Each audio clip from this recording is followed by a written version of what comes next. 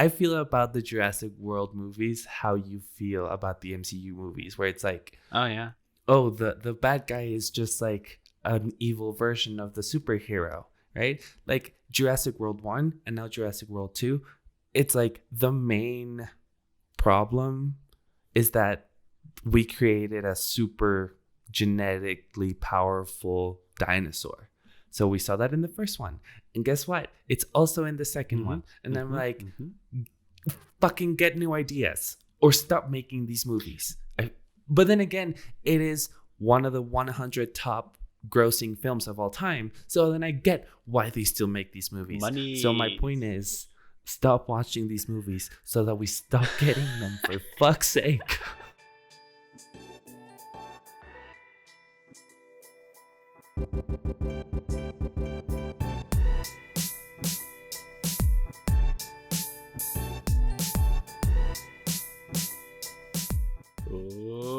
Hello and welcome to Films and Fika. Let's get ready to rumble. Today we're talking about Zack Snyder director's cut. What do they call it? Zack Snyder's Justice League. No, they call it something different. Justice League Snyder's cut. The Snyder Cut. On HBO, it says Zack Snyder's Justice League as the title. I mean, that is the official title, but it was referred to and it was brought back as the Snyder Cut. That's like the yeah. Hi, my name is Algot and here is Mao. Have you met Mao? I've been rewatching How I Met Your Mother a bunch recently, or rewatching. I've been having it on in the background. It's that kind of a show. We'll see if I make it till season 7 again, and with that, what I do with that. Because here's the thing, right? With How I Met Your Mother, just to get right into the conversation. The season 7 is okay. It doesn't take place at all in the apartment, so it's a weird dynamic. But there are some okay episodes in there. And especially because that's the first season we get to see the mother. The first and only, but yes. Yes. But the last 2 episodes, if I remember correctly, are not really worth watching because then they fuck it all up. Yeah. So I feel... Wait, no, there's 9 seasons though. 9? Yeah. I'm the last season then. 9th. Yeah. I know what you were talking about though. Basically, it's on Netflix here. I don't know about you, but I've been... I think it was like half a year ago that I just put on season 2 and watched that season, and now I resumed watching. So I'm at season 3, I think, 4 now. Okay. We'll see where it takes me. It's a cool show though. I think I might be biased because I know friends have a lot of issues with homophobia, transphobia mostly. And I don't think this show has aged too perfectly either. And probably is problematic. I mean, Barney as a character is problematic. Yeah. But yeah, I don't know. I'm keeping a keen eye out for those kind of things and ultimately having one of my favorite shows ruined to me. I used to love How I Met Your Mother. And Friends, for that matter, both of them. I thought they were both really, really fun to watch. And I'm not going to lie, it's really not even everything that has come up in terms of the transphobia and the homophobia and just, everything about that. It's way more about the fact that, for example, with Friends,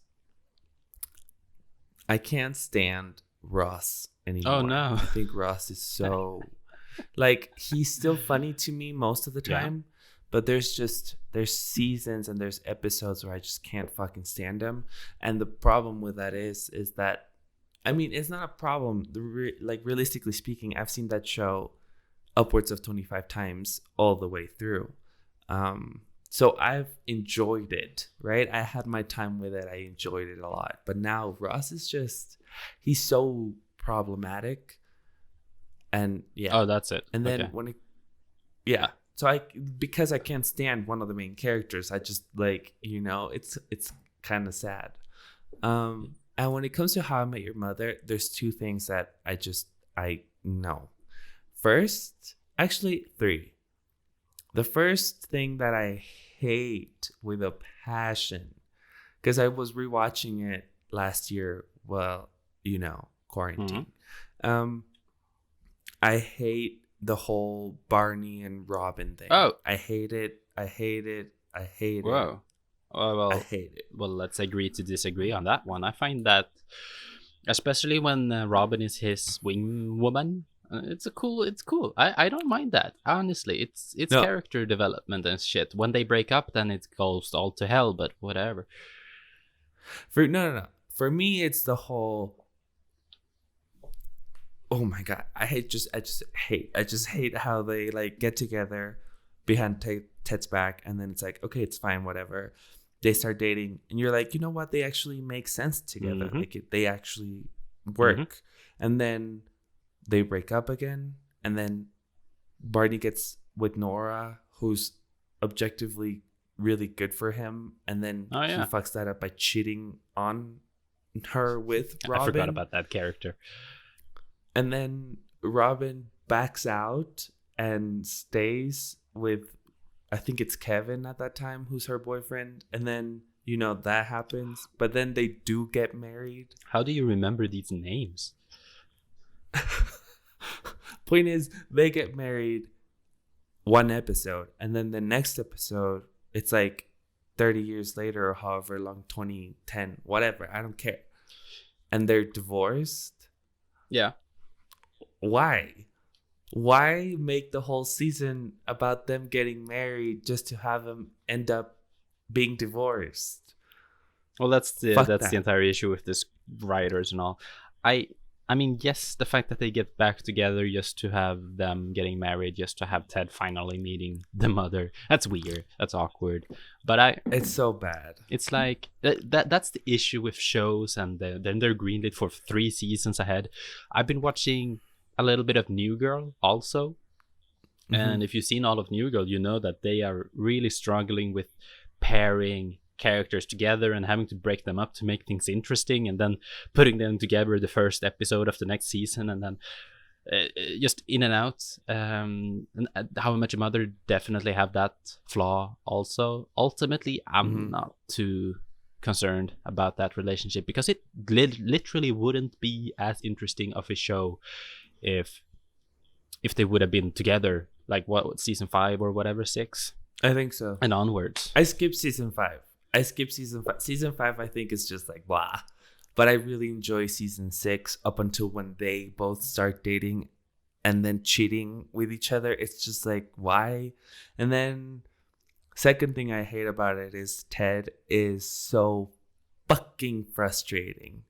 Like, he should have married Victoria. Victoria was probably she was so good as a character.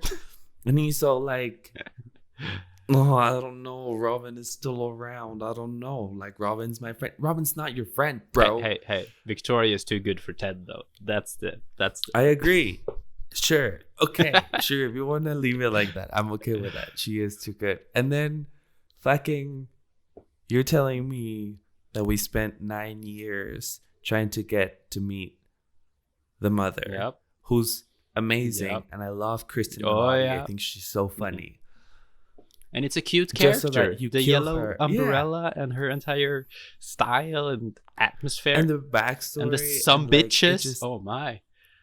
And then you kill her 5 minutes after we meet her.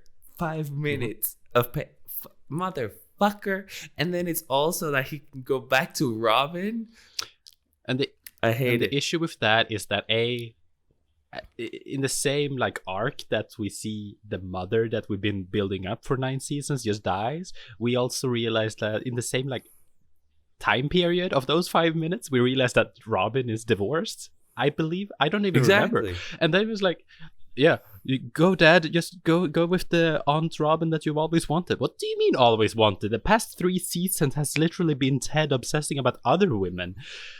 That last season just did so many wrong turns, literally the last 2 episodes, and it's frustrating. It is. It is. Especially because it's like, for me, it feels like the whole show is telling you Robin and Ted end up together. Yeah. Because Ted found someone else, some side hoe, some other chick, some disposable woman to be the bearer of his children.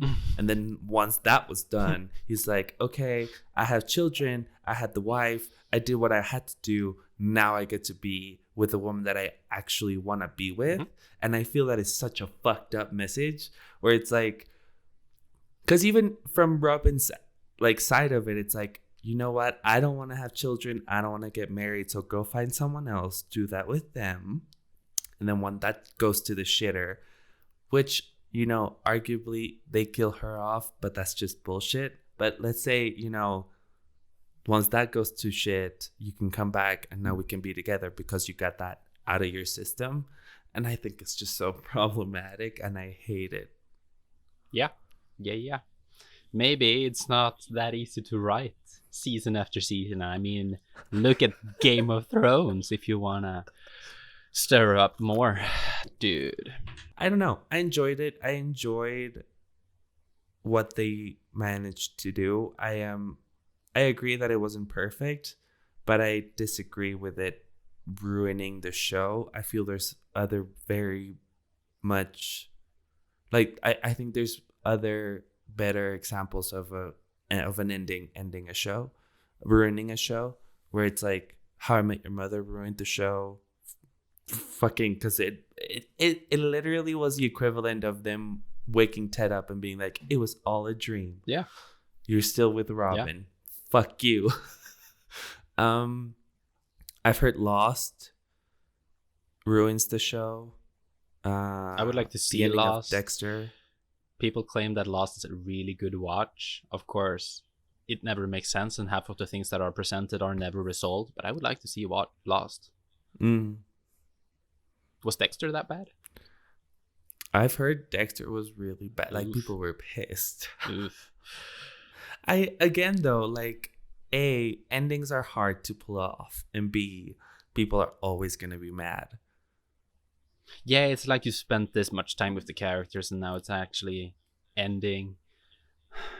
What are some good examples of shows that are actually good? Most of them, in my opinion, are things like Sherlock and most British shows, because they are ending up being cancelled before they get to end, and then you end on a climax, and that's a way better way, ending on top. I'm trying to think of any show that I've, like, you know, objectively speaking, I'm okay with how Friends ends. No. Now that I don't like Ross as much, I'm like, why the fuck would anyone in this human earth get off of a plane that's taking you to your dream ass job in Paris for Ross? Nah. Oh shit. Sorry. I don't agree. But yeah, I'm okay with it. I don't know of any show that I could be like, yeah, that was a good ending. Like, I have no problem with it. I mean, endings are hard as they are. Like, the only examples that are coming to mind are just like mini series where it's like, it's a 1 season thing. It makes sense. Do you know what's good? Over the Garden Hedge? That's killer. Adventure Time also was pretty good. A lot of cartoons have good endings. I mean, Avatar The Last Airbender has really good. That's very satisfactory. Korra holds up also with its ending. I haven't seen it. What? I've seen season 1, I think. I know. And you didn't continue? Whoa. Here's the thing. I was talking about this with my brother yesterday. I am really, really bad with shows when it comes to waiting for a season to come out and then continue watching it. The only shows I've been able to do that with is Game of Thrones and How I Met Your Mother. Other than that, I am so bad. Like, I've started shows and then I get to season 3 and then it's like, okay, the new season came out and I'm just like, and then I never watch it. But now that Korra's done, I will probably watch it. If you're ever in the mood to marathon Avatar again, just pick up Korra right after it. They go well together, honestly. I just watched Avatar. Yeah. I really enjoy it, man. It's so well written. So well. What the fuck? It's great. Did you see that the creators of the show exited Netflix's adaptation of it? Of Avatar? Like not the new one. Yeah. It's a different one. Yeah. Oh, the new one. So Netflix is making a new Avatar show. Right? Is it released? Is that what you're saying, or did they release like a trailer? No. The creators of the show, of the animated show, the original guys, were part of like the new show. Mm-hmm. They're not anymore. Yeah. But they left, and they're also starting like their own small animation studio. Okay. Which I think is really cool. That is cool. Sad for the adaptation, though. Yeah. I don't know how that's gonna work out anymore. No. But right now I'm in the mood to boycott it completely. I don't know. It can't be good with what we know. Impossible. Mm-hmm. Let's talk about NFTs. There's a segue for you. I've been very invested. There's no way to segue into that. Don't worry about it. I've been very invested in it as well. Here's basically, I popped on Andrew Price's podcast, Blender Guru, and through him I realized that the guy who I have heard won, or in an auction got $68 million from one piece, is Beeple, the guy that I've been following for the past half year, who's been posting 3D animations every day. Yeah, he posts some weird shit. I think the one piece that got him these millions, like literally overnight, is his collection of the past year or two of his, like, it's just a collage. So that got me really like, holy fuck, it's Beeple that's now a millionaire apparently, and how NFTs really have exploded. Yeah, the environment and Bitcoin and all that, and the cryptocurrency, and it doesn't make sense at all, like the technical aspects of it, but it's really cool how digital artists who previously have made like maybe, I don't know, $20 on their pieces, if 50 if you're lucky, if you print it out and send it over to them in a good quality, now can make actually good monies on it. I think you should try and give a little bit more of context for the people that have no idea what you just said. I feel there's people who heard you and they were like, yes, those are words, but I have no idea what they mean. So what is an NFT, Alcott? It's a that's a word that I don't know on the top of my head. It's a transaction. Fungible transaction. So it's token. You see, I don't know. It's essentially a cryptocurrency, but not really. It's transactioned in the same way as a cryptocurrency is. Basically, to put it in extremely loose terms, you can buy a piece of art from an artist online. You don't hold the copyrights to that art, but you can say that I own this piece, just as if you were to buy the Mona Lisa. You wouldn't actually have the physical copy of Mona Lisa. It will still be held in this climate friendly place somewhere in the opposite side of the world, but you could say that I own the Mona Lisa for this many millions.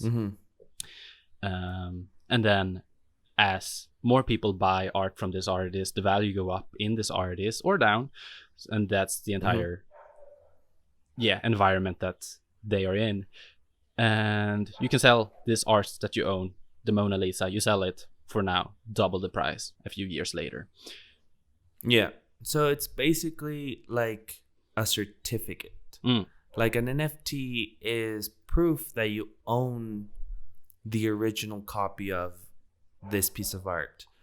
In this case, NFTs work solely in the crypto world, and that's where a lot of the debate comes from, right? Because for a lot of people, it's like, okay, but if I buy a piece of art, if I buy something off of an artist, I can display it in my house. unless we go to the extremes example of that, where people mostly put those in galleries. You can buy a piece of art and then you put it up in your house. When it comes to digital art, a lot of people ask, yeah, but you can take a screenshot of that. You can do a whole lot of other stuff with digital art. However, counter argument, you can Google the Mona Lisa right now, print it, and put it in put it on a up on your wall. It's the same thing. People, however, will know that's not the actual Mona Lisa. And it's the same thing here. The reason why NFTs has value is because we've, as a society, agreed to give it a value, which is arguably what we've done with anything that has value nowadays. But it's a weird space, though. I don't fully understand it yet. Oh, no. I have to go to the bathroom. I know if you're interested in this topic, go out and watch Corridor's video with people and him trying to explain the concept. But it's convoluted. For sure. Something that we'll link it down below, though. Something that you can do, as they are digital pieces, is that you can sell multiple copies instead of just the one copy that you would normally do with a physical copy. You can sell multiple ones and kind of auction it out however you like to do it. And of course, not anyone can access it because there's a fee, I believe, to actually submit your art piece to it, to kind of like filter out things. I don't know, actually. That's you might be right. My understanding was that. Well, yeah, it makes sense, right? Because it's a marketplace. Yeah. But it'd be interesting to know. Regardless, it's not really like any financial advice to do this. With the entire cryptocurrency environment, it is confusing, and it's at its earlier stages, definitely. If I were to make a prediction, I'm not too sure if the system that's in place right now will hold necessarily, just because it's a fragile system, but it is interesting to see NFTs as today and see if there will be an evolution or a completely different way or system of selling digital art pieces in the future that would be more viable or whatever. But I'm not sure. I'm very cautious when it comes to these sort of things. Of course, Beeple being the prime example of literally winning multiple millions over a weekend with an auction that he had is the golden example of how you can get rich out of it. But that's one person out of how many people that are looking. That's one. And also, I want to reiterate the fact that Beeple has been doing art for so long, and sure, he's making money out of it and through the NFTs and all of this stuff, but this wasn't like an overnight thing. He's been working towards it, and I feel like it's always important to talk about how much work something has been put, how much work people have put into something, because it's easy for us to get caught up in the headlines and the over-exaggerated sentences of he won $1 billion on a weekend. Yes, but he's also been working for 15 years, and he puts out a piece of work every day. We'll link his Instagram down below. There's some weird shit in there, some very NSFW content, but check him out. I think he's really, really talented for sure. I honestly can recommend him because I've been following him previously, even when he wasn't a millionaire. It's so weird that Beeple, out of all people, he's an interesting character. He is. I'm interested to see where it leads, and optimistic about the future in that sense. But it's just crazy, weird, and abstract. I think is the best way to put it. if we want to have any time left for this, I don't know, 4-hour long movie, I think we should get into recommendations. I agree. Do you have anything for us this week, Alga? I have. Do you want me to go first? I have one thing. I would love it if you went first. Oh, shit. Interesting. Well, my recommendation of the week is a guy that I've been watching. Well, I don't know. I haven't been following him religiously. I think I started subscribing to him on YouTube like 3 months ago, maybe. Fairly recent still. But he has been active since 2010 on YouTube. Holy shit. Yes. His name is Joel Haver. It's not Javier, because there's no I in there. Joel Haver. He's been blowing up a bit, honestly, recently with his most recent series. If I can recommend one series or video specifically, it would be playing an RPG for the first time, where he uses this cool aesthetic VHS ripped looking style, and he's animating using softwares and AI technology. Super cool.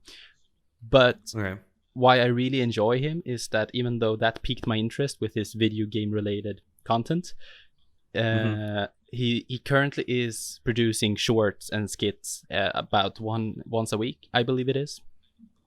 So there's a lot of content to go through, and all of it is extremely dry humor and extremely funny. It's perfect, if you ask me, and I can really recommend it. There's some golden nuggets in here. But start off with playing an RPG for the first time if you're a nerd like me, and then you can walk through his entire videography. Funny guy, Joel Haver. That sounds awesome. I'll check him out. I have no idea who he is. I was YouTubing him. I like small creators like that. And I think quarantine gave I think honestly, man, TikTok is what it is because of quarantine, man. Like people fucking like, it was starting to get big before, but now it's part of like our every fucking day. And honestly, I think the amount of content produced on TikTok has decreased so substantially as countries have started to open up again. And it's not the same. Sure. It's not the same. I miss quarantine TikTok. Yeah, for sure. For sure. So I'm going to go back to something that we did earlier on the show where we ask people not to watch a certain movie instead of asking them to watch a certain movie. So this all started because about 3 episodes ago, you spoke about the IMDb top 250 movies list that is on Letterboxd. So basically on Letterboxd you're able to see a bunch of different lists in terms of like stats and how much of these lists you've seen, one of them being the IMDb 250 top films of all time, but they have many other lists. So when you brought it up, I was like, okay, I'm gonna check out these lists. Yeah. And so there's things like watching all the Oscar Best Picture winners, the top 250 IMDb picks, top 100 animation. There's a lot of tops. And I was like, okay, I want to start and try and get to see, like, to complete one of these lists. And the one that I have the most watched films in is the Box Office Mojo 100 movies, right? So basically, it's a list that shows the all-time top 100 films by worldwide gross. Okay. So how much money they made. Interesting. And it's and it's not adjusted for inflation, right? Okay. So then you have 100 movies, and I had seen 96 of them. 96 films. Cool. I'm missing. Oh, sorry, no. 95, right? So I'm missing 5 films. So I was like, dude, I got this. Like, it can't be that hard. I was wrong. Turns out the reason why I have those 5 films left is because they're really, really bad films, or films that I really, really don't want to see.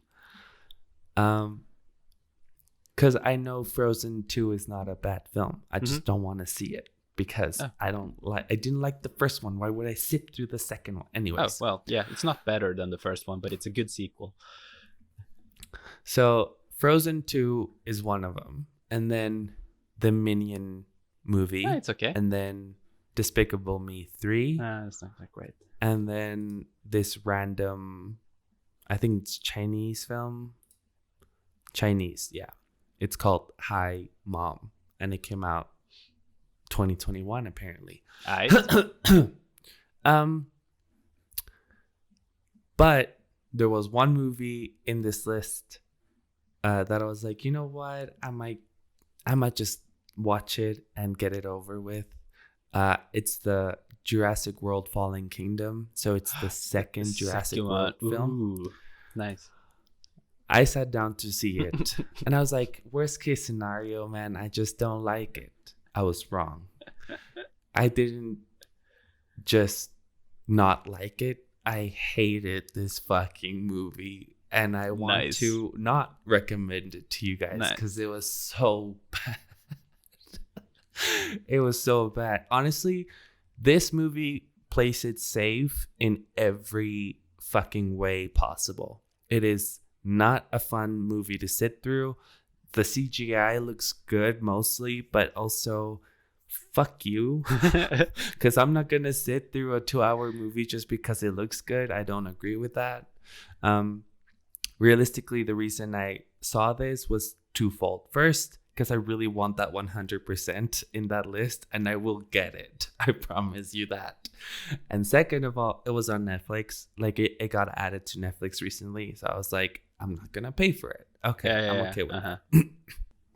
So yeah, don't watch it. That's my no recommendation of the week.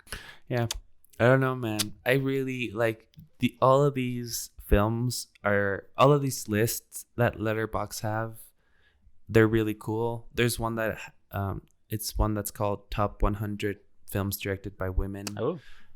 And I think that's a really interesting one because I haven't heard about most of these films, which kind of tells you a lot about our life and the state of the industry, but also because even with the ones that I've heard about, I've seen 20% of this list, which I think is really sad. So I'm gonna make this one of my goals and trying to work my way through this for sure. Absolutely. While you do that, let's talk about a movie directed by a man who is completely overrated as a filmmaker, objectively, but still had a pretty good flick. Zack Snyder's cut of Justice League.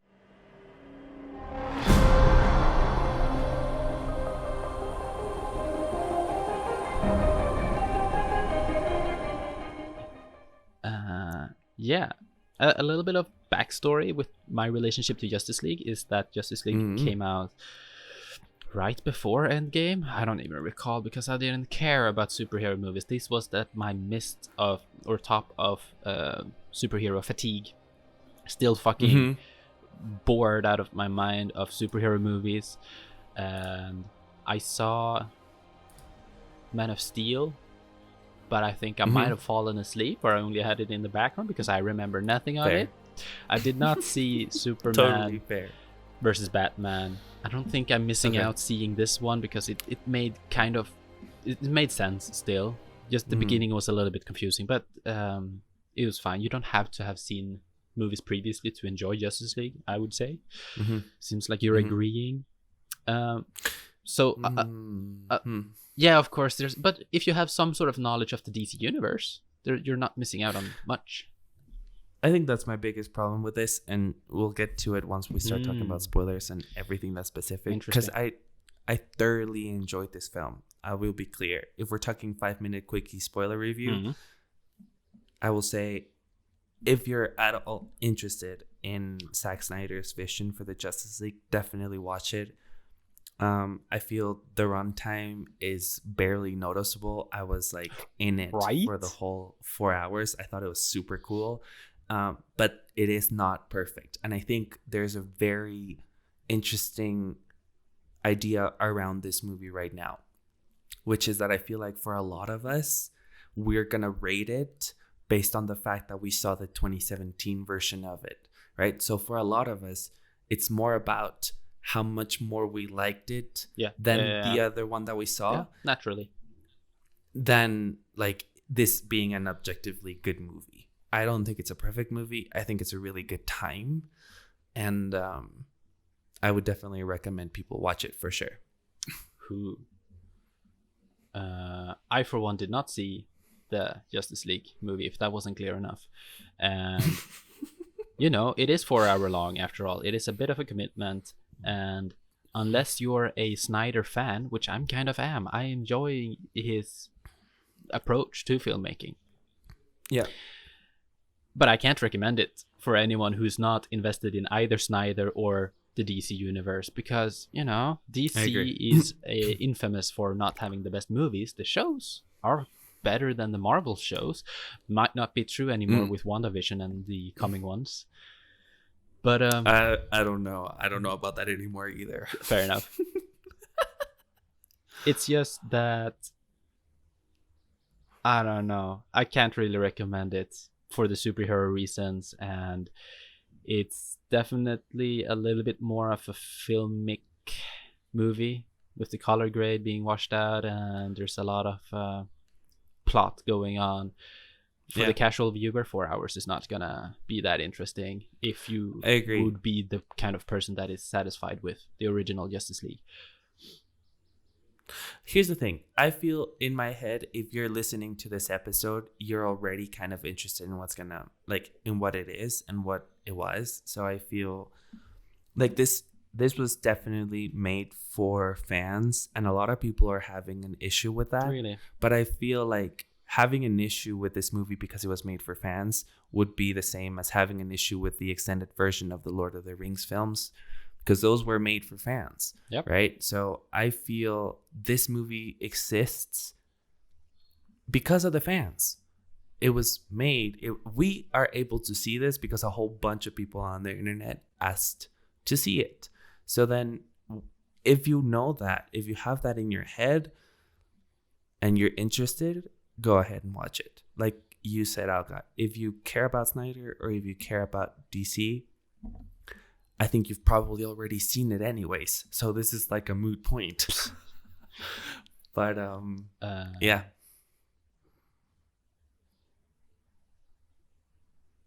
I had something to add to it, but I've forgotten. Let's get into spoiler territory of Zack Snyder's Justice League. Can we just cover base first of literally the first shot of the first sequence at least? We see Superman dead, and I was like, oh, Superman died. To me, not having seen BVS. Yeah, but which, by the way, I have no interest in seeing, right? That looks stupid. And please don't. What? It's so bad. Wow. But what's that character that actually killed Superman? It's some big guy. Doomsday.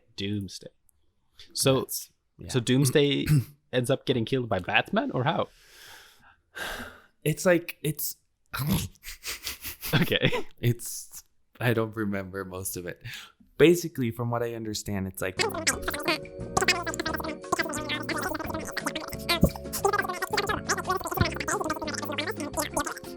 because apparently both of their mothers are named Martha.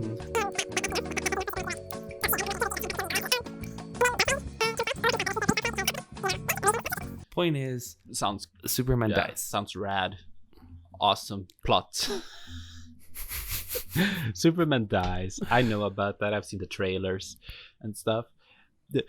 I will say, not having seen the previous movies, Amy Adams was a character that we check in on every now and then, and I'm like, who the fuck is Amy Adams? Why is she sad about Superman? Made no sense until literally halfway through the movie, someone mentions Amy Adams by name, and it's Lewis. Yeah. Who cast her as Lewis? Right? Right? I love Amy Adams. You know about my love for her. I think she's an amazing actress. I think it's fucking I think it's a travesty that she has not gotten an Oscar. However, I do not like her as Lois Lane. I didn't like her as Lois Lane in Man of Steel. I thought she was okay. It's not that I think she's bad at it. I just think anyone else could have played Lois Lane and it would have been the same thing. It's just weird. I feel like she doesn't really bring anything to the character until this movie. Oh, this movie was the first time that I was like, all right, sure. I enjoyed it. I think it's nice. But yeah, Man of Steel, Batman versus Superman, I also thought it was like, yeah, I guess she's a character in this. And obviously in Whedon's Justice League, it was just okay, I guess. A small detail though that I think is worth mentioning is the fact that we see a very clearly planted pregnancy test when Lois opens her bed drawer. I think you two noticed, especially since we saw the movie Force Majeure last episode, but the name of the pregnancy test is Force Majeure. Why do you label the pregnancy test Force Majeure, especially when it's so visible and legible? Fun detail. That was a weird name on the pregnancy test. I think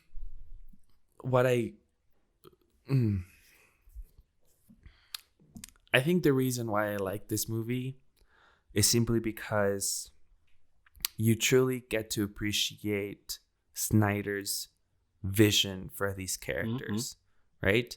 From the small details, like you said, like the pregnancy test and all of these little things that he's setting up, because he's clearly setting up for a so sequel. many setups, though. It's kind of exhausting. Yeah. Yes. However, the fact that we get to see this movie is insane to me, right? Because it is 4 hours. He wanted it to be 4 hours. And there was talks about him having to split this movie into two, which would have made sense at the time. You know, we had just gotten Infinity War, or about to get Infinity War, which was split into two with Endgame. However, if that had happened, and this is there's so many examples as to why Warner Brothers really fucked him over, and that proved to us, the fans, that Warner Brothers as a studio is the reason why the DCEU sucks so much.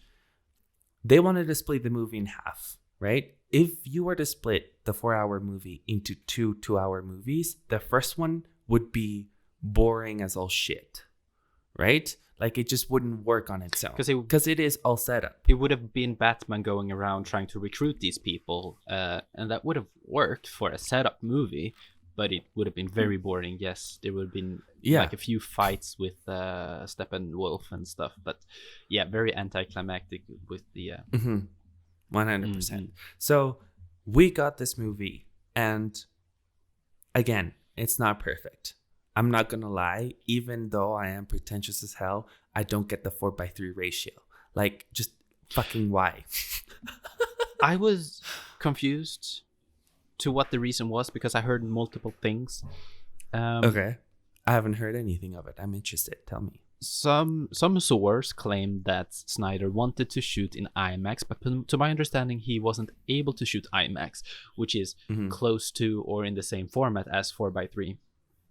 So that was basically the framing that he shot the original Justice League in, but I don't think it was IMAX, which is weird because that would be the main reason. And sucks even more for Snyder because he didn't get a theoretical release, right? So you are not able to experience 4:3 in a bigger space, which is the sole reason to shoot it in that sort of format.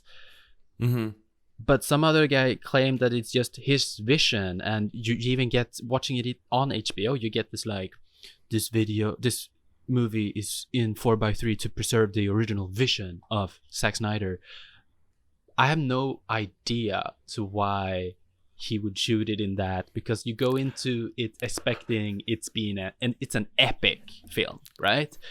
Naturally, you would go as wide as possible in those kind of scenarios, but no, 4:3.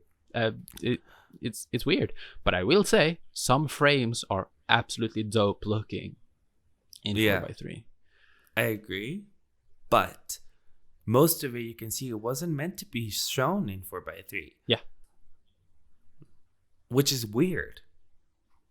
I don't get it. Like, I don't get the decision, because for me, outside of a movie theater, and even in the movie theater, I would argue 4:3 wouldn't have looked as epic as IMAX, right? Yeah, or yeah. like as a standard widescreen format, or not even widescreen. You could have gone what's the other one called? 16:9 or no? Yeah, you could have just gone 16:9 and that would have been fine. But I don't know. I don't get it. Here's the thing. I feel that, like, I understand preserving his vision, and I think that's the only reason why this movie works. Mm-hmm.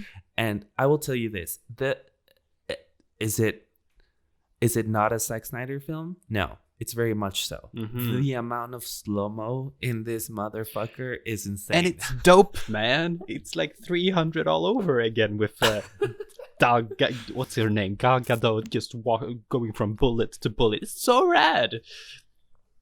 Yeah, I feel it works for the most part. There's a couple of times where I'm like, fuck you. Fuck you, Zack Snyder. Mm-hmm. And like, there's a reason why I don't particularly enjoy all of these movies, but it works a lot here. I will say the thing that comes through every second of this movie is the amount of love and care that he had for it, right? Like, he clearly enjoyed the process of making this film. He clearly has a lot of love for the characters that he's putting on screen.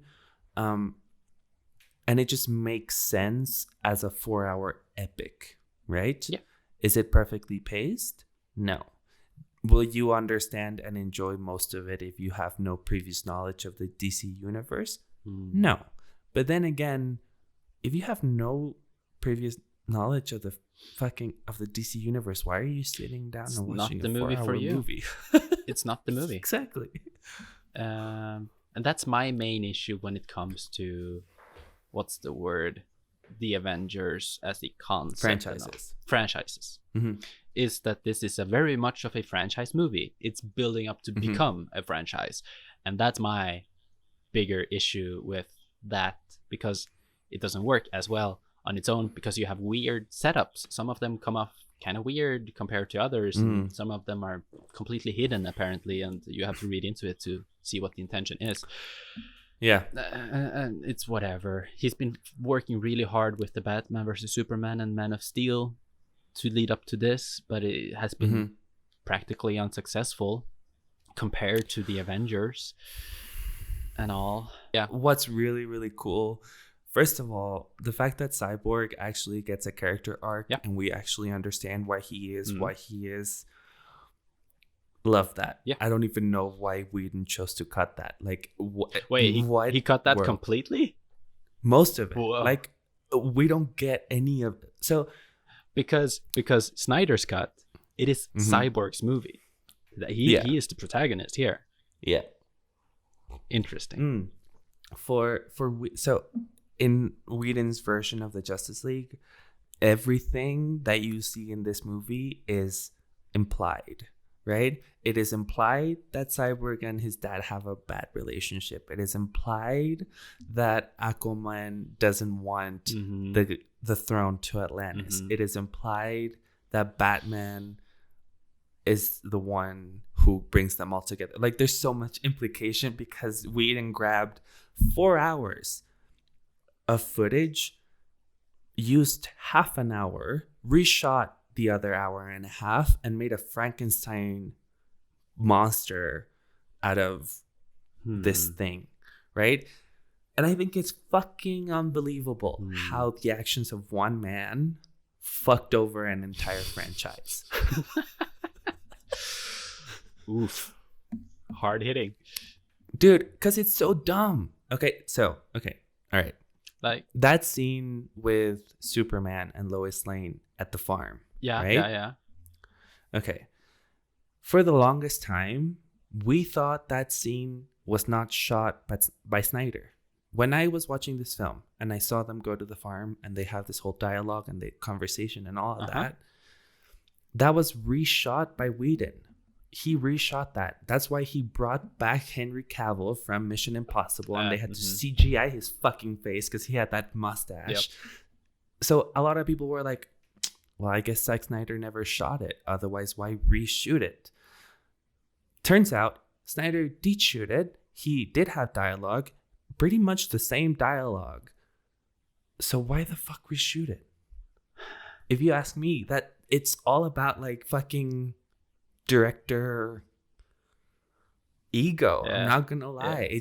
It comes down to like, why reshoot a sequence that is already shot and that it works? That you're gonna have to shoot and then CGI on top of it. And then like it makes no sense. Everything that Whedon brought up to this movie made no sense because he didn't care about this. He didn't care about it. Okay, you seem to get a little bit heated. I intended of asking, like, you having seen Justice League and you seeing Zack Snyder's, of course you're probably more research going into seeing Zack Snyder than maybe someone else, but what did you notice while watching Zack Snyder's cut? What did you notice being different? What stood out being different from the original Justice League? We just got more time, right? We got more time with these characters. So there was more world building. There was more backstory to all of them. Things made sense, right? Because in the 2017 version, we go from one scene to the other one with really no context. So like the bare bones of the movie, they're the same. Like the plot is the same. The movie is about Steppenwolf coming here, find the mother boxes, yada, yada, yada. Everything is plot-wise, it's the same. It's about the time that we get to see these things happening. That changes, right? So, for example, in Whedon's version, after they bring back Superman to life, which still makes no sense in this film either way, but they use the mother. No, so here's the thing. This is what doesn't make sense. They bring back Superman to life, and the mother box like flies out of the lab that they bring him back to life in, right? And none of these fucking superheroes thinks, we should probably go get the box that we know for a fact is gonna call the villain, right? Like none of them were like, holy shit, where did that box go, man? Like maybe we should. No, fucking I don't get it. That was inevitable. They knew he was gonna show up as soon as they activated it.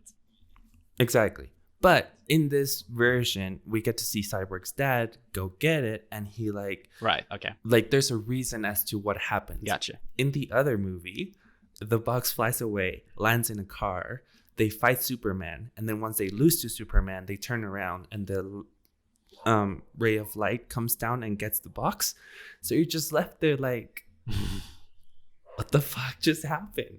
And then you jump from that to them being like, oh, we're now a team. Yeah. Yay. Yeah. Right? There's no in between. We don't get to see Cyborg like more on his dad, and that's why he changes. That's why he actively becomes part of the team. Right. We don't see. Also, like, because Whedon decided to fill the movie with so many jokes and ha ha ha ha ha ha ha Avengers moments. Wait, more than this? Dude, it's so stupid. Because, okay, I found Barry. What's his name? Flash, right? Yeah. I found him to be an obnoxiously comic relief character. Sure, he's the one sole comic relief character, and that's his role in this movie. But it was, and in everything though. every single line he pulled was comic relief, other than the scenes with his dad, which I realized was added in this cut, which is cool. But like, yeah, so there's more to it than just the Flash. In the 2017 version, Batman makes jokes. Ooh. And they're so bad. Like they're dad jokes. It's just, I fucking hated it. I fucking hated it. It was so bad. And it's like, cause it's Avenger humor. Yeah. That makes no sense in this movie. Right? I remember that was like, a gripe for people. Yeah. For sure. It was so bad. So basically, the biggest difference is that you get to see Zack Snyder give the time that he wanted to give to these characters and to the development of the story. Because I understand that for a lot of people, this movie, it's like there's no character development. There's no like yada, yada, yada, yada. But Zack Snyder has never done that, right? He's always been about moments and getting the story moving. And that's what this is. He gets the time to do that. Yeah. Because in the other one, there was just no time. It was just a bunch of weird. It was like the highlights of this movie put together. And I feel like we are both on the same page there with 4 hours was needed for this cut, I guess. It didn't feel like that long of 4 hours. And I feel like the fact that there are chapters kind of help with that, kind of splits it into sections. Not that it's a long break or intermission. But 4 hours didn't feel too long. And I'm not saying that Zack Snyder's cut had a lot of fluff, because it didn't feel like fluff. But there are scenes like the first time we see Barry introducing this character, which I have no clue who it is, but it was a cool sequence nonetheless. And like if it's not the entire last sequence when he's introducing the Martian Manhunter and all of those kind of things, there's fluff in that sense, but mostly just setup, or the excuse to include it is setup. The entire dream sequence with the Joker could be seen as fluff, but I don't know. I didn't mind it too much. We still had some pretty cool, awesome moments, Snyder-like, and honestly some pretty good character development to be Snyder. I think this movie made such a better work. Like it did so much more for Leto's Joker the 5 minutes that he's on screen than the whole of Suicide Squad. Like he shows up, he looks creepy as hell. No stupid fucking face tattoos. No like weird grill in his teeth. Like he was so much better in those 5 minutes. It's still very much Leto's interpretation of Joker. But yeah. I think we should touch on it in more depth later on in the talk. Yeah. That sequence. I enjoyed the R-rated thing of this movie. Yes, right. Right? I was surprised to hear there's only 2 fucks, though. 3. There's 3, maybe. I think there's 3. Cyber has 1. I think Batman has 1. Yeah. But there's definitely... And I think... a lot of gore. There's a lot of like blood and head smashing, bashing, and it's really nice. It adds to everything. It works. It works. Yeah, because these guys like Wonder Woman, Superman, Cyborg, Aquaman, they have superhuman abilities. So if you put that type of strength against a normal human being, there is gonna be blood. There's gonna be death. I fucking love that sequence with Diana saving the people at the, what is it? It's like a bank or like a museum. I don't know what it is. I think it's a bank. It's like at the beginning of the movie. Yeah. I thought that shit was dope. That was an awesome sequence. Yeah. Because it's also like there's blood and there's gore, but it's also not like overly exaggerated. It's just the right amount of it where it's like, oh, that guy just splat against the wall.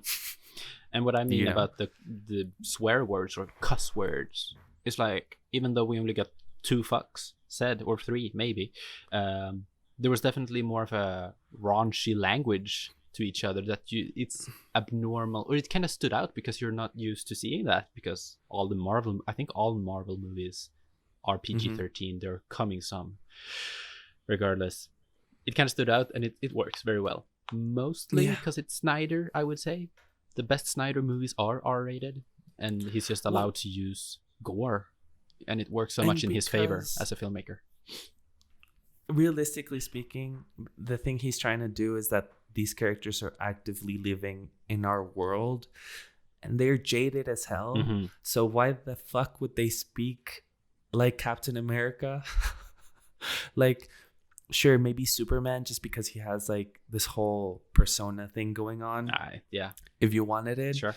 But like Batman and Aquaman and like these versions of Batman and Aquaman and Wonder Woman, they're kind of jaded. And especially because, you know, they're grown-ass men. So it just makes sense that they speak like that instead of like, oh, Jeepers Creepers, Baron. So something that stood out to me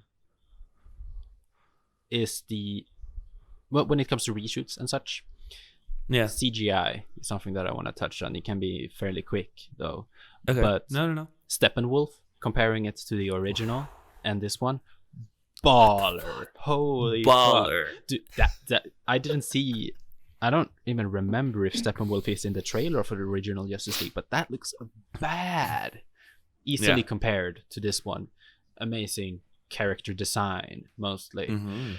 I just Googled him, and apparently he's like humanoid in the comics, eh? That's better character than whatever that is, like a rhino looking thing. The CGI in this movie, of course, it's a Snyder movie, and you're gonna get a a shit ton of it. Mostly CGI sequences. I bet that the vast majority is green screen, which is expected. And I guess he didn't have the same budget that he originally would have with Justice League, and he pretty much remade much, if not all, well, the majority again of the CGI for this cut, which is cool to see how he's actually have those resources available to him. The thing that the sequences that are less awesome are every single of Cyborg's flashback sequence, you know, when he's like dreaming in his dreamland and stuff. Cyborg is going away, and all of it is CGI, including Cyborg. Cyborg doesn't look that great as a CGI character. Of course, it is difficult to have a CGI character. For me, what breaks Cyborg is the weird stuff that's going on with the face plates that he has. They look like, I feel his body looks really good, like the cyborg aspect of it, but in his face it's just so chromy and like it has no surface texture. And I understand that's kind of like the character design, but if you already changed everything else about his character design, you could have made some changes to how that works, because I feel that's what breaks it, how that interacts with his face, right? The actual photographed elements, for sure. And then we have Flash. Looks amazing, awesome. The lightning, all of it, super cool, awesome. Flash as a character and all the interaction that he has with everything else, so baller. There's a few shots where it kind of takes you aback, where the background, the green screen elements are looking a little bit off. But all in all, the CGI is cool. It's great, as expected. There's a few of them when it comes to Cyborg that I'm not too happy about, considering Cyborg is such a big character. Yeah. So basically, from what I understand, the reason why he came back and redid all the CGI is because what happened is he finished shooting, and then, you know, tragically his daughter took her life, so he had to step back. There's rumors that he had already been fired, but we don't know. And then, so he did none of the post-production for the movie. Right. So when he comes back, he has to do all of the post-production work, and that includes all the CGI. So it's not necessarily that he came back and redid it, it's that he never got to do it in the first place. But no, man, like Steppenwolf looks fucking badass. Like he looks like an actual villain, right? And he's still kind of a little bit like a caricature, but that's because that's the essence of the character in the comic books as well. He's like this guy who keeps trying to prove to Darkseid that he can, you know, be part of like his bigger plans and he can help. But like that scene where he's fighting the Amazons and he gets like shot arrows and he like flexes and he breaks the arrows off of him. Like the way that looked dope as shit. The way his armor is like constantly moving to absorb hits and stuff. It's baller, and the reflections on it, it's cool. But it's always difficult when you have so many CGI elements. And there's probably more than one studio involved. It didn't become Black Panther, luckily enough, but it's noticeable how some aspects of the film is made with different levels of care. I feel like also part of the reason why it looks so good is because he had the time to put into it. Right? Like he had no deadline for this because this was not gonna happen. The reason why Black Panther looks like ass for most of the time is because they pushed to release it sooner. Like they had a schedule and whatnot. So Steppenwolf though, the biggest downside to me, and it might not be a surprise, honestly. What's Steppenwolf's boss called? Darkseid. And he is from the world of Apocalypse. Cool, I guess. Haven't we seen that before? I mean, I know it's in the deep lore of DC, but isn't that extremely similar to the entire Thanos and whoever came down to Earth before Thanos and shit?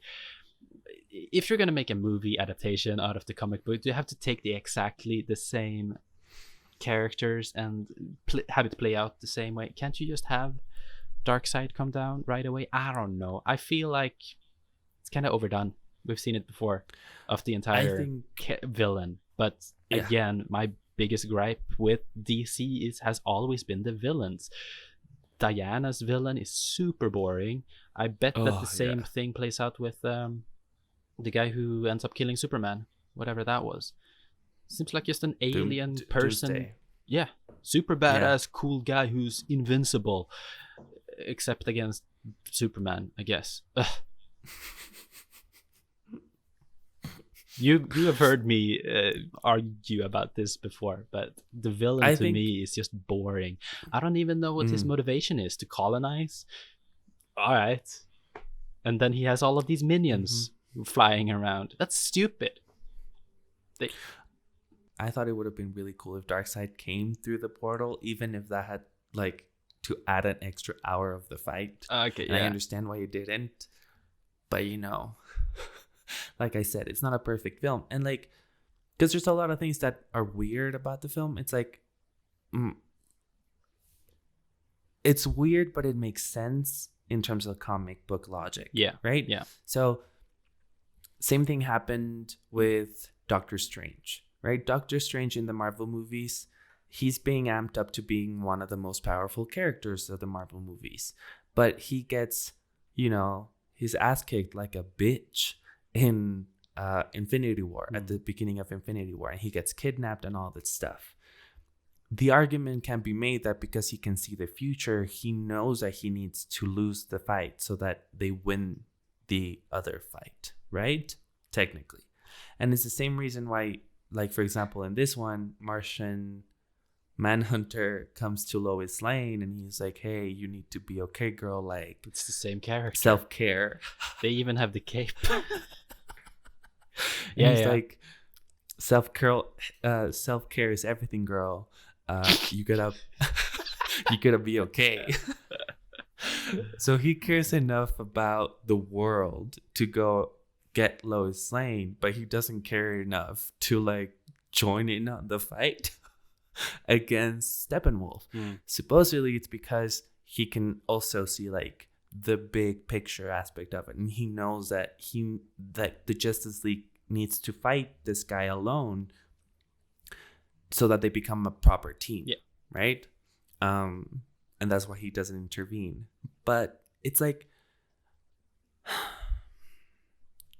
yes, there's similarities in the universes, and I think there's always going to be them. And I feel like, especially with villains are hard to do. Yeah. And for some reason, they keep focusing on the villains that, you know, might add more CGI fest action sequences. Yep. You know, like, that's why I'm excited about the new Batman, because the main bad guy is this. I think it's the Riddler. Yeah, it is. And it's more of an origin story. Yeah, it's the Riddler. I'm pretty sure. So I think that's going to be really cool, because the Riddler is not a CGI fest.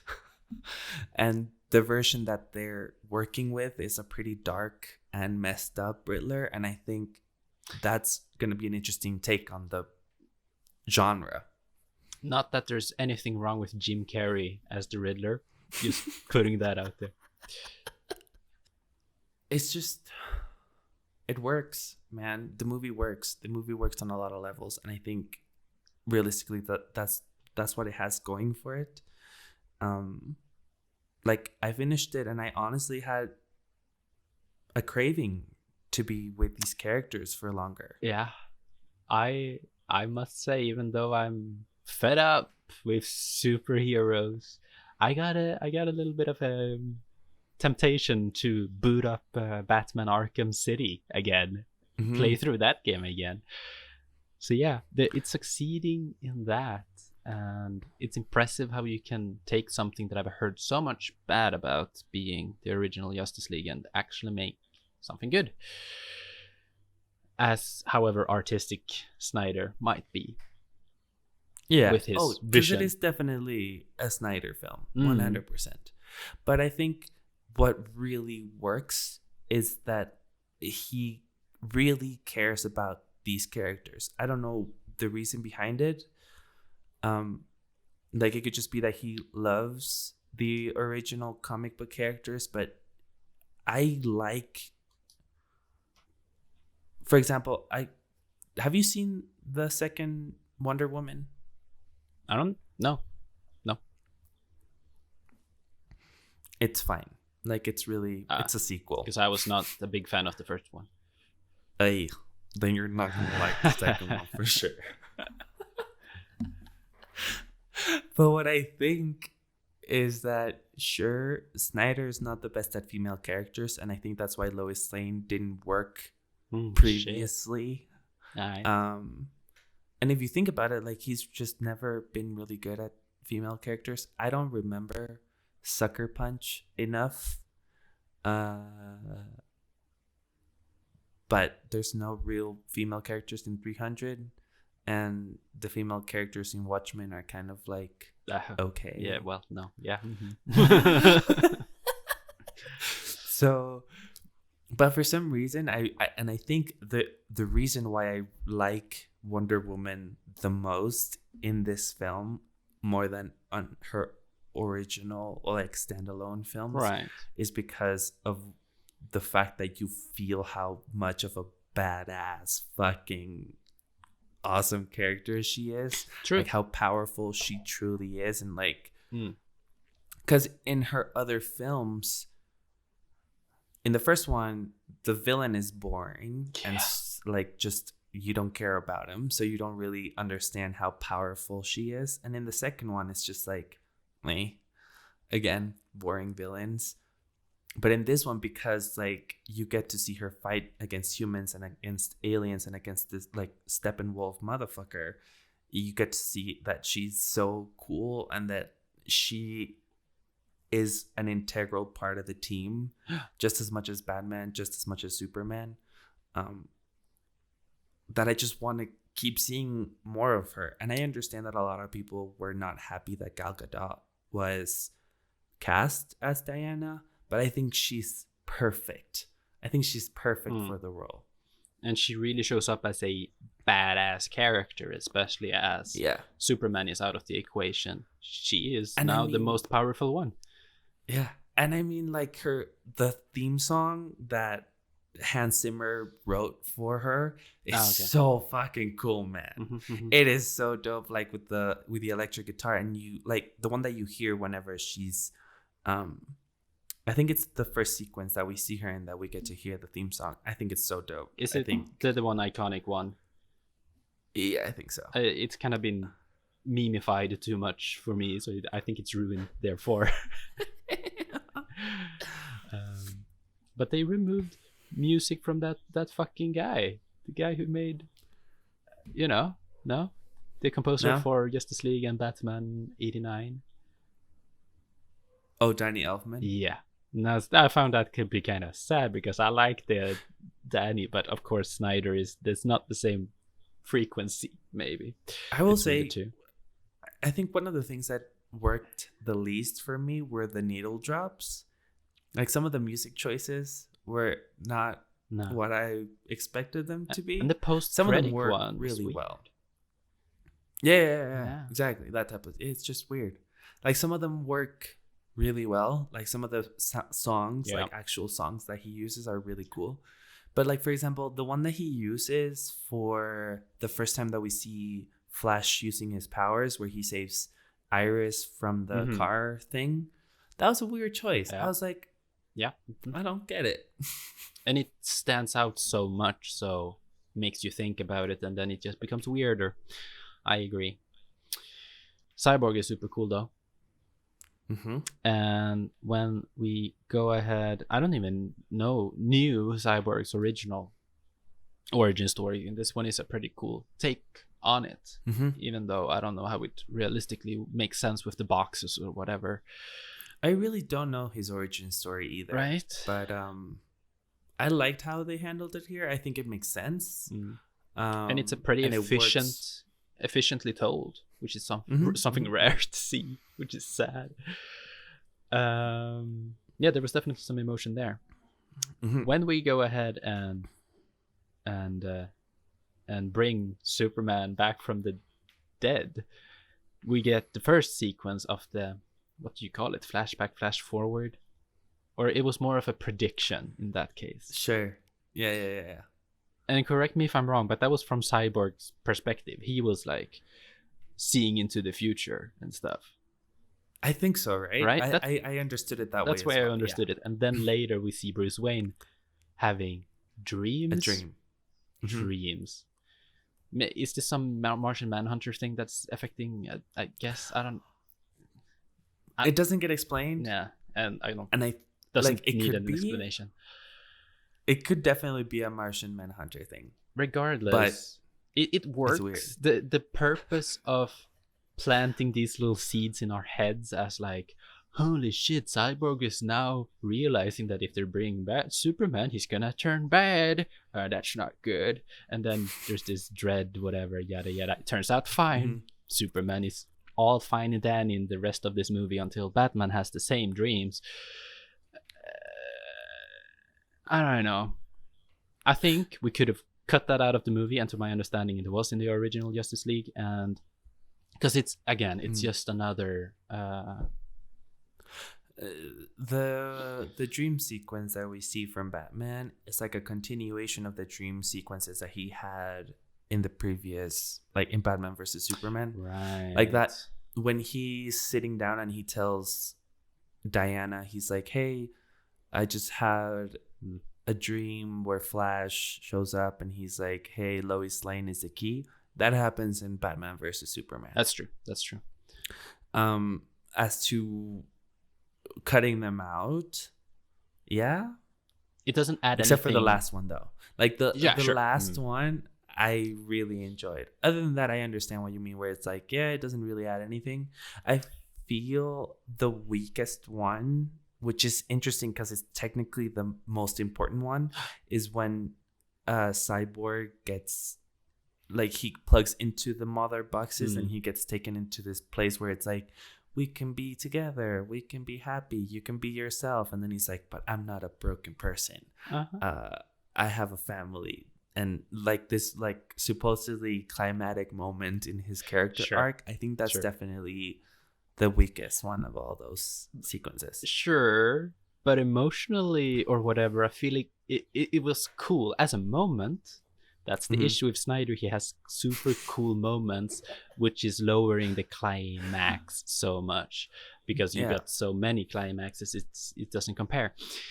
The CGI was great though. The fact that you got these 3 boxes and he's looking through their bullshit and just tears them apart. It's cool, man. It's cool. But I see what you're saying. I will say this though. I enjoy Black Suit Superman. Like, it's such a tiny detail, and I don't understand why Whedon decided to take it out. But he looks really, really cool. And also, like, he just shows up out of nowhere, and I'm sure that you might have hated this because he's, like, so OP and so, like, out there. But he shows up and starts kicking ass, and I'm just like, man, Superman is, like, dope as hell. He is definitely overpowered. And I can see how people can think he's overrated and kind of boring as a character because there's really nothing. And I see that there are attempts on complicating him as a character and playing around with his conscience and whatnot. Yeah. But really with the visions, we see Louis dead, or at least it's a skeleton in Superman's hands as Darkseid is by his side and stuff, and we see Superman holding Batman's cap, and we see some dead are they called Martians? No, the ones with the rings. Green Lanterns. Yeah. Who else is dying? Aquaman dies and Diana dies. I think. No, I think so. We know Harley Quinn died and Aquaman, but it's convoluted to understand, because I believe trying to look at people's dive-ins and deep dives and trying to explain this, it's convoluted if Cyborg's vision is the same storyline that plays out with Batman's dream, or if those are completely separate or just possible happenings of the future and whatnot. And I'm fine with those not being like the same actual. I think it's like because Snyder believes that he's not going to be continuing his vision, he just included everything that he thought of. So he was like, fuck it, I'm not going to do it anyway, so I might as well put everything inside. And I think you could argue that kind of becomes a cheap way out in an attempt to make a Justice League 2. Oh, 100%. You know what he's like. He's teasing us enough to be like, hey man, you did it the first time, maybe you can do it the second time and we can actually get a second film. But the thing is, like, there's so many different aspects of what that would mean, right? Because Batfleck is not a thing anymore. Like, Ben Affleck said that he's done with the character. Oh, yeah? Which I understand. Like, he got a lot of shit from everyone. And then he wanted to continue with it. But then he had creative differences with the studio. Big surprise. So I don't even know if he would come back. Right? And then Henry Cavill also said that he might be done with the character. But then the Snyder Cut came out and he was all like, oh, I'm so happy that you guys get to see this version of the film and whatnot. And so there's so many balls in the air that we don't know what's going to happen. And even more so, we get confirmed by the Joker that alternate timelines is a thing now, officially. So there's just so much shit going on. And I'm kind of tired of the fact that we just get small hints of like, oh, this can be a thing and this can be a movie, this can be a show, and it's a bit too much, honestly. It's exciting to nerd out about it, and that last scene works better as a climax than the cyborg scene that is supposed to be the climax and everything. But it's all just a big setup, and I don't know why it actually works with me. I shouldn't like it that much. I know. But it's so honestly, cool when Superman is like, oh, he found us. I don't understand why I enjoyed this as much as I did. No. Because like I said, it's not a perfect movie. It really fucking isn't. Basically, as a concept of a franchise, I hate it because it's in so many ways that it's trying to be a franchise so bad. But on the other side, it's a cool watch with awesome fight scenes, cool CGI, nice. I almost said characters. I mean, the characters are cool, but the character developments aren't. I don't know. Like, I feel like the dynamics between them aren't very fleshed out, but the characters by themselves, pretty rad. And I think the reason, like, a lot of people are saying what you just said, right? Like, there's no character development or whatever you want it to be. And I understand that is a genuine criticism. And I understand how it can be a thing. However, right? Because this movie is made by fans, well, not by fans, but for fans, we as fans know these characters. We don't need to see them progress necessarily, right? Especially in a group movie. If you want to develop their character in a standalone movie, I understand that. That's completely your choice. Awesome. The only thing we needed from this movie is for them to get together, to not like each other very much at first, and then to be a kick-ass motherfucking superhero group. That's it. I don't need anything deeper out of this. I'm sorry. If they work together well, that's good enough. And that's what they do. But it I don't know, man. It works because we're focused so much on Cyborg and his development. Because what I dislike mostly about the Avengers storyline is that we, in every movie, we have so many arcs taking place and are interwoven. Yeah, and it becomes so much, and they're trying so hard to have everybody have a character arc.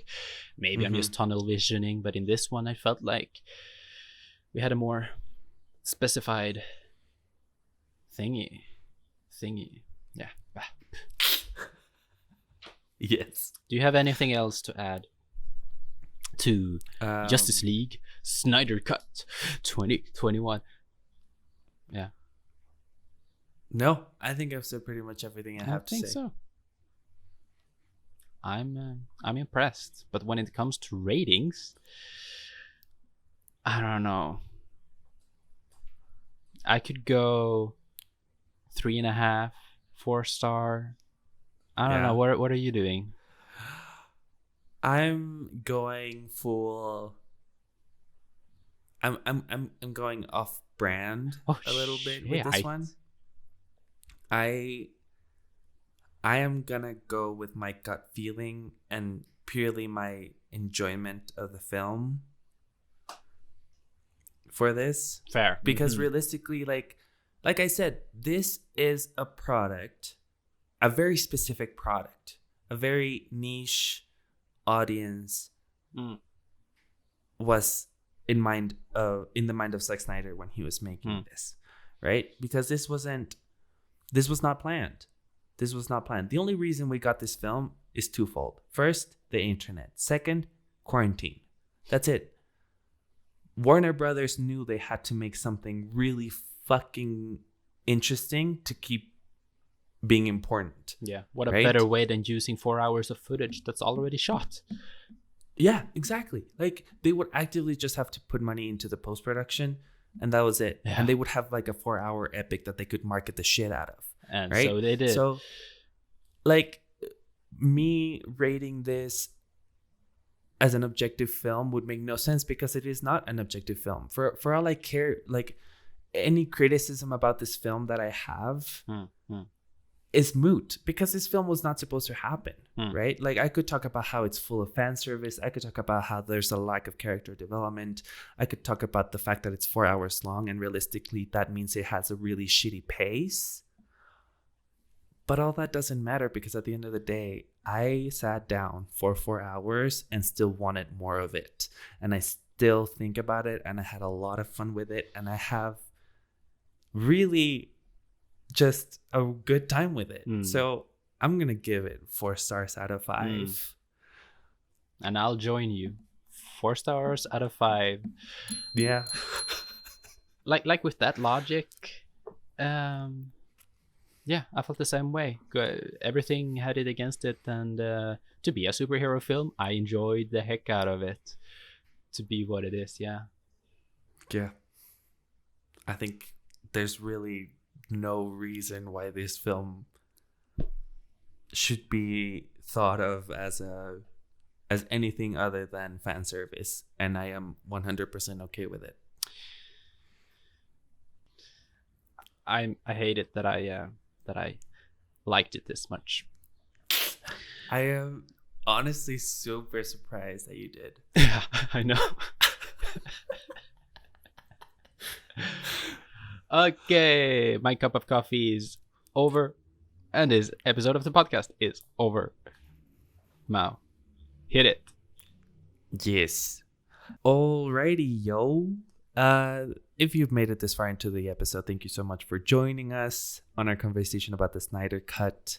Truly a weird experience for both of us to have come out of on the other side of this film, having enjoyed it so much. Yeah, but without further ado, let me tell y'all about where you can find us. We are on Letterboxd, where we log in so many other films that we watch. Algat's getting better at it. I'm very proud of him. We are also on every single streaming service platform for podcasts, from Spotify to Google Podcasts to Apple Podcasts, Overcast, and so many others. And we have a YouTube version, a video version of this podcast. Some people don't know that, but in case we haven't been clear, let me be clear. We are on YouTube as Films and Fika. We put a lot of work into it, and it's a good time. It's a good time. We have visual stuffs in it. And, like, comment, follow us, share us. We were more than happy to sit down and talk movies with you. So, until next time. Bye, Algot. Bye, Mao.